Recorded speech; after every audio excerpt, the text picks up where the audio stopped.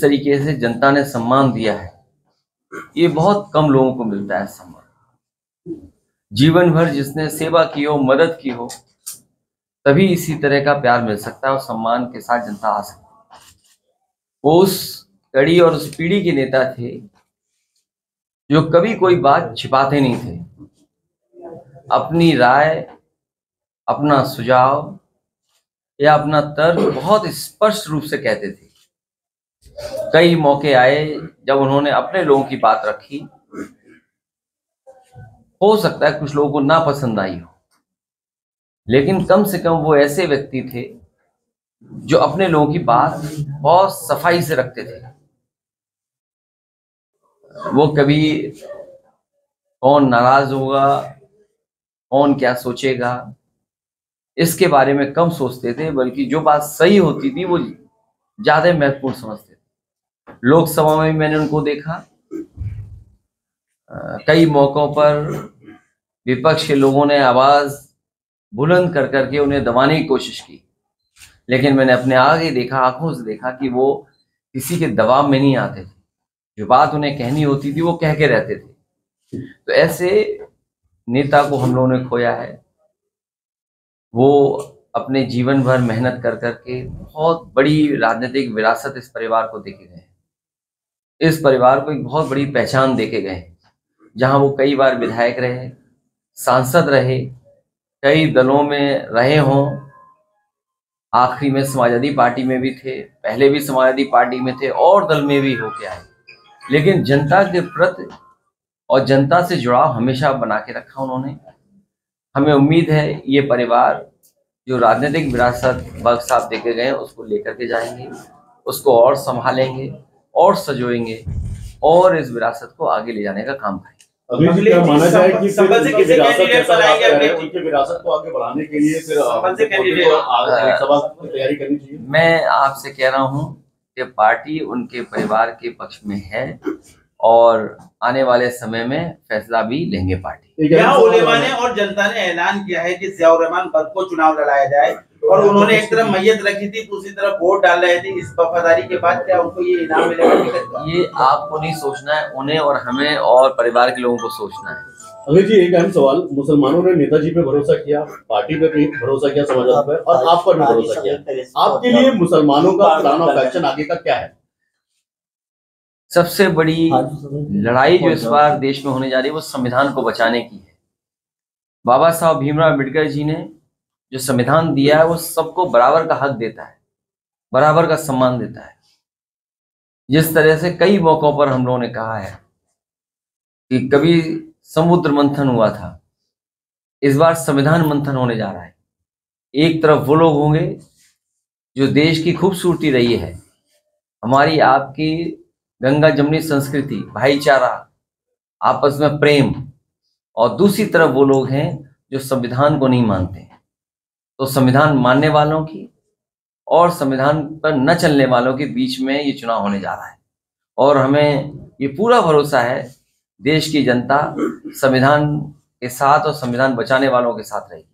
अखिलेश जी, इकबाल महमूद साहब और बर्क फैमिली का 36 काम कर रहा, आज दिल जोड़ने के काम किए हैं आपने। देखिए ये राजनीति में मैंने यही कहा कि देखिए बर्क साहब किस रास्ते से यहाँ पहुंचे हैं। राजनीति का हर पहलू उन्होंने देखा है, कहाँ शुरुआत हुई, कई बार किन्हीं परिस्थितियों की वजह से दूसरे दल में भी रहे, लेकिन नेताजी और समाजवादी पार्टी के पक्ष में हमेशा बने रहे। मेडिकल कॉलेज सियासत में लगातार शहरों के नाम बदले जा रहे हैं और लखनऊ को नाम बदलने की तैयारी है, लक्ष्मण को नाम रखा जा रहा है, क्या कहेंगे इसको? लोकसभा से ये नाम बदलने से ज्यादा जरूरी है कि नौजवान को रोजगार दे दें, नौजवान को नौकरी दे दें। नाम बदलने से जनता को उलझाएं नहीं, पेपर लीक ना होने दें। सोचिए हर पेपर लीक हो जाता है इनका, और लीक होने के बाद एक ही एजेंसी उसको जांच दे देते हैं।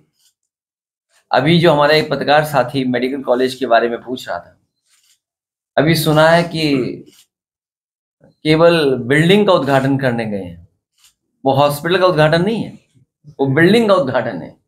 हॉस्पिटल का मतलब ये है कि किसी व्यक्ति का इलाज होना शुरू हो जाए, बिस्तर हो, बेड हो, मेडिकल फैसिलिटीज हो, स्टाफ अपॉइंट हो जाए, ओटी चलने लगे, दवाइयां हो, वो बिल्डिंग का उद्घाटन करने गए। इसी तरह सुना है कि एक वर्चुअल उद्घाटन भी हुआ है आगरा में मेट्रो का। ये समाजवादियों की मेट्रो थी, ये कोई बीजेपी ने तो काम स्लो किया, रोका, बेमन पूरा किया है। जितना भी आगरा का अलाइनमेंट किस तरफ से किस तरह जाएगी, कहाँ पर क्या बनेगा, ये पूरा समाजवादियों के सरकार में फैसला हो गया था। वही मेट्रो का वर्चुअली उद्घाटन किया। जैसे नाम बदले जा रहे हैं, इसके मायने क्या है कि मतलब ये लक्ष्मण को नाम रखा ऐसा है, आप सरकार बदल दो, इनका नाम अपने आप बदल जाएगा। इंडिया गठबंधन को लेकर 4 दिन पहले अभी जो है धनंजय सिंह ने जो है चुनाव लड़ने का ऐलान किया सर जौनपुर से कृपाशंकर के सामने, और उसके ठीक बाद ही जो है सर के नाम ऐसा ये कोई खबर नहीं है, ये तो कोई खबर नहीं है।